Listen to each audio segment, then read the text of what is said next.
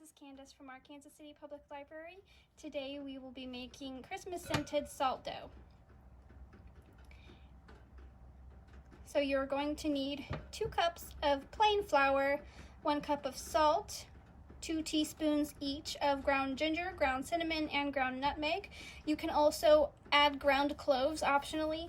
I could not find those. It was around Thanksgiving time that I'm making this, but these 3 will be just fine. Also, optionally, you can add a little bit of orange essential oil. That will really bump up the Christmas scent. So first of all, you're going to want to combine all of these ingredients into a bowl. Side note, the ingredients included in your Spark Kit are not for consumption, so please do not eat them. These are for decoration only. Also, while you're doing this, you may want to go ahead and preheat your oven. You're going to heat it to 170 degrees, and it's going to take 2 hours of baking.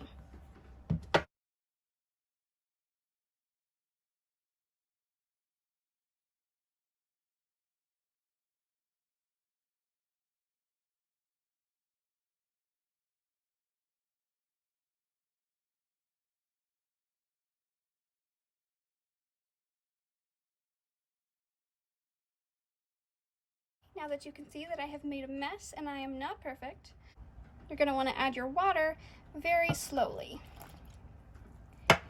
And just keep adding and mixing and adding and mixing until you have a dough that is the consistency of Play-Doh. And it's easily workable. Oh. Making a mess is required. It's just part of the process.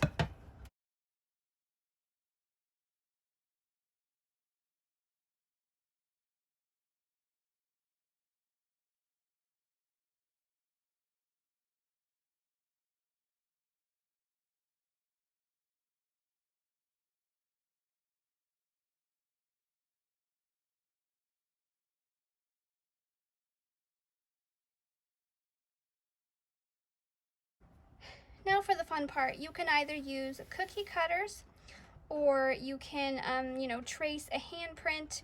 You could even just do like an indentation and cut around that. You could write something. You could just cut out a shape with like some kind of sharp object. What I'm gonna do is use cookie cutters in these little Christmas shapes, and I'm gonna string them together like a garland.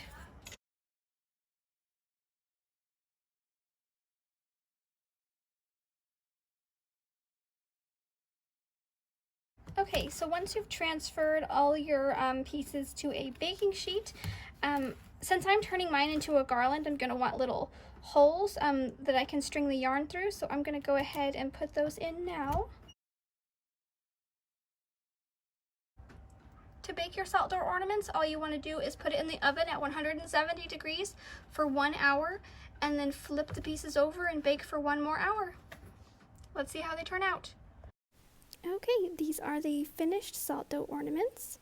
They're not the prettiest things in the world to look at, but they smell amazing. So Christmassy, and I love the shapes. They turned out really good. If you want them preserved, you can cover them in Mod Podge and paint them, but it does take away the Christmas scent. And I also did an imprint of my toddler's hand.